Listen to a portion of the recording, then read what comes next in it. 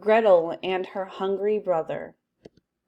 Once upon a time there lived two young children, Hansel and Gretel.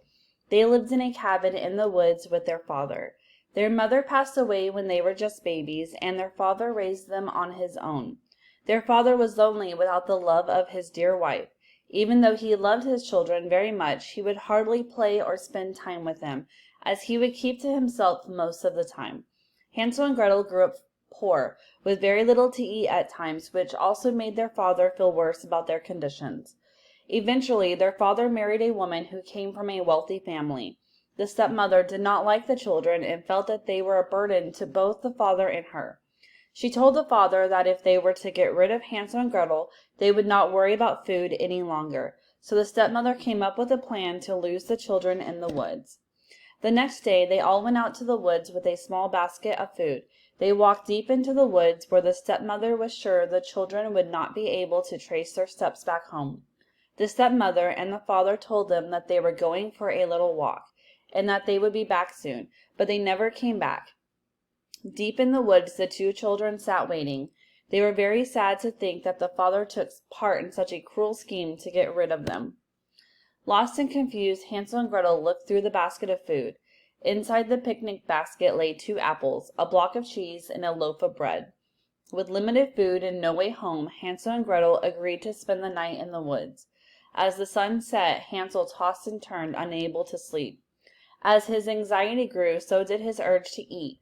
Unable to control himself, he snuck over to the picnic basket and began to binge on the grapes and cheese.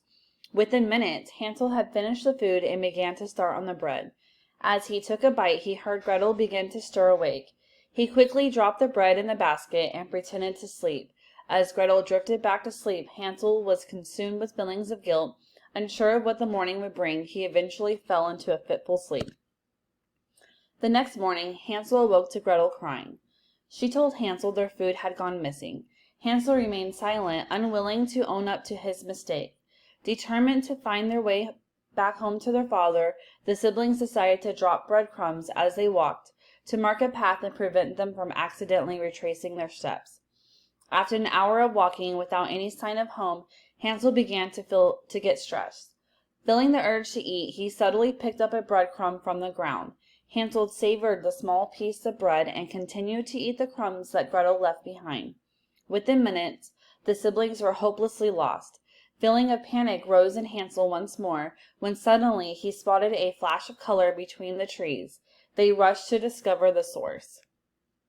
In the center of a clearing stood a magnificent cottage, made purely of candy. Hansel immediately ran to the cottage and started feasting on the candy. Gretel warned Hansel to stop eating, but Hansel was unable to stop. His sister watched in horror as he ate and ate. Within minutes, Hansel was on the verge of being sick. When he saw the disgusted look on his sister's face, he was filled with feelings of shame. All of a sudden, the front door opened and an old lady hobbled out. Fearing the worst, the siblings were shocked when the old lady invited them inside her cottage.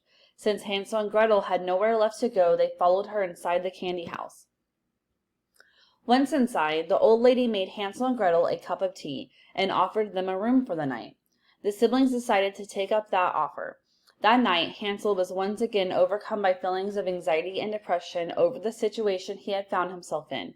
He decided to venture down to the kitchen, thinking food would distract him from his misery. Hansel searched the cupboards and refrigerator, scooping up anything that looked appetizing and eating it with a fervor. When he realized how much food he had consumed in one sitting, he immediately felt ashamed and disgusted with himself.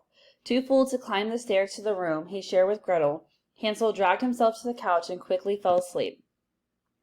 The first thing Hansel saw when he awoke were metal bars. The sweet old woman was now a terrifying old witch. She locked Hansel inside a metal cage in her kitchen next to the pantry, filled with all sorts of treats. The witch had locked Hansel up to keep him from eating all of the food. Meanwhile, Gretel was serving the witch as a maid. Weeks passed by, and the children were doing just as the witch wanted. However, when no one was watching, Hansel would reach his arms out through the bars and grab any treats he wanted from the pantry. With time, Hansel started putting on a lot of weight, to the point of obesity. Hansel was growing angry and resentful, and he hated what his father allowed to be done with them. Hansel told Gretel that he felt emotionally hurt, and that all he could think about was food. Gretel knew her brother was hurting, and she knew that the witch knew he was eating himself to death, but she would not do anything about it. So Gretel came up with a plan to free her brother and escape that life of misery. One day, when Gretel was cooking dinner, she asked the witch if she could pull the bread out of the oven. As the witch leaned in to pull out the bread, Gretel pushed the witch from behind inside the oven, closing the door. As the witch screamed, Gretel ran out to the metal cage and unlocked Hansel, freeing him. She saw how much weight he put on while locked for weeks inside a cage, binge eating and getting no exercise. They walked through the woods as fast as they could. Eventually, they had finally arrived home. When they opened the door, they saw their father crying. The two children were very happy to see their father, and the father was very happy to see his two children. Hansel told his father how he felt very hurt about the whole situation, but that he loved him very much. Their father recognized how much he had hurt his children, and how his actions psychologically affected them. He told them that he wanted nothing to do with the stepmother any longer. In the end, this family went on to help each other through all their pain and trauma, living happily ever after. The end.